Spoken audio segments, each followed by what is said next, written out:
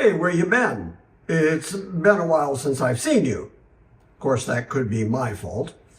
I had a minor outpatient surgery that I am still kind of healing from. And then a couple weeks after that surgery, boy, I got myself a cold, flu, COVID thing that knocked me out for a couple of weeks. But anyway, I'm all recovered and I'm better.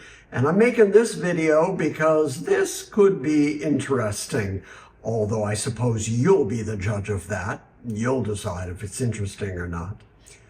It was 2016, December 25th, Christmas Day, when I preached a message called Predicting the Incarnation. Out of curiosity, I took that MP3 and I dropped it into Notebook LM, one of the AIs that I occasionally use. And Notebook LM created a video that was kind of a summary of what I had said in that hour-long MP3. And it came out entertainingly enough that I thought I'd share it with you. So here it is. This is Notebook LM's summary of my message from 2016 talking about predicting the incarnation of Christ on Christmas Day. Enjoy.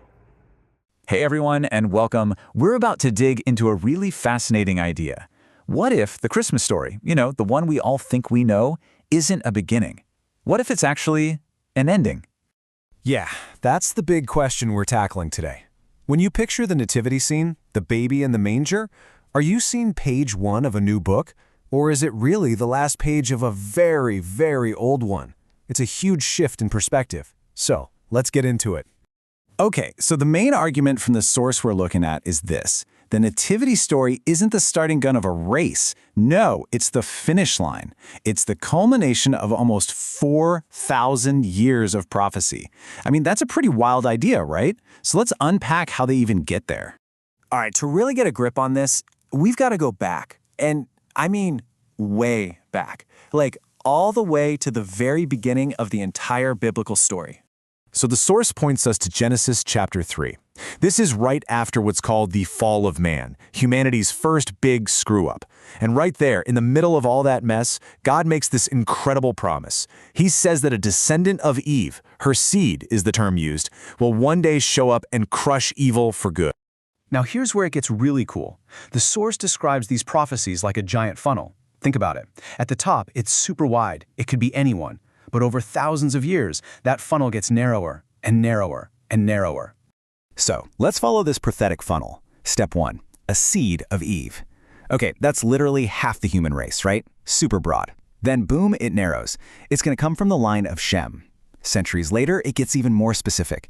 It'll be a descendant of Abraham. Then, from Abraham's 12 grandsons, it's narrowed down to just one, Judah. And then 1,000 years before Jesus is even born, it's pinpointed to a single royal family, the line of King David. You see what's happening? It's not a bunch of random guesses. It's like a cosmic game of Guess Who, getting more precise with every clue, all pointing to one person. And get this, it didn't just stop with the ancestry. That was just the start.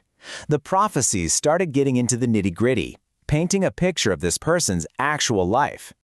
Take the birthplace, for example. The prophet Micah, writing like 700 years before the event, names the exact town. And it's not some major capital like Jerusalem, which you'd expect. No, he says it's going to be this tiny little backwater village, Bethlehem. How specific is that? And then there's this one. Around the same time, the prophet Isaiah drops a bombshell prediction. He says this person will be born of a virgin. I mean, talk about a highly specific and, let's be real, biologically unusual detail. And the details just keep getting crazier. Hundreds of years in advance, another prophet, Zechariah, predicts how this king will enter Jerusalem. You'd think it'd be on a giant war horse, right? A show of power. Nope. He says he'll be riding a donkey. A humble donkey. I mean, who would even think to predict that? And honestly, the list just goes on and on.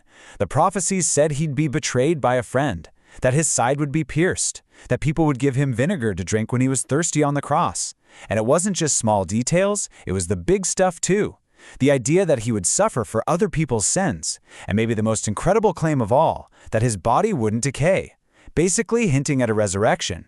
All of it written down hundreds and hundreds of years before it supposedly happened.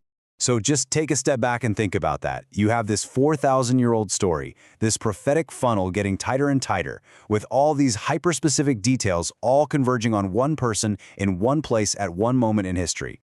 And then, it all went quiet. For about 400 years, the prophets stopped speaking. There was just silence.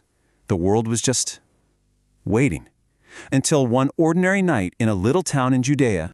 And when you hear those famous words the angel spoke to the shepherds, they hit differently, don't they? It's no longer just a sweet birth announcement. In the context of this massive, 4,000-year-old story, it's a cosmic declaration. It's like the universe shouting, the wait is finally over. The one we've all been waiting for, he's here. Tonight. So, what's the big deal? Why does looking at the story this way even matter? Well, according to the source we're examining, it changes, well, everything. This chart lays it out perfectly. The way most of us think about it is on the left. The Nativity is the start of a new story. The prophecies are kind of just separate predictions. But the argument we're exploring is on the right. The Nativity isn't a beginning, it's the climax of a super ancient story. The prophecies aren't random, they're a single connected story. And the real significance isn't just a miracle birth, it's a 4,000-year-old plan coming to fruition, exactly as predicted. And this is where it all leads. This is the big takeaway. The source argues that if that impossibly long and detailed story stretching over 4 millennia actually came true, if all those promises were kept, then that fulfillment is basically a guarantee. It's like this quote says, "The things promised for the future are just as sure as the promises that were already kept." So we're back to our original question, but now we're looking at it in a totally new light.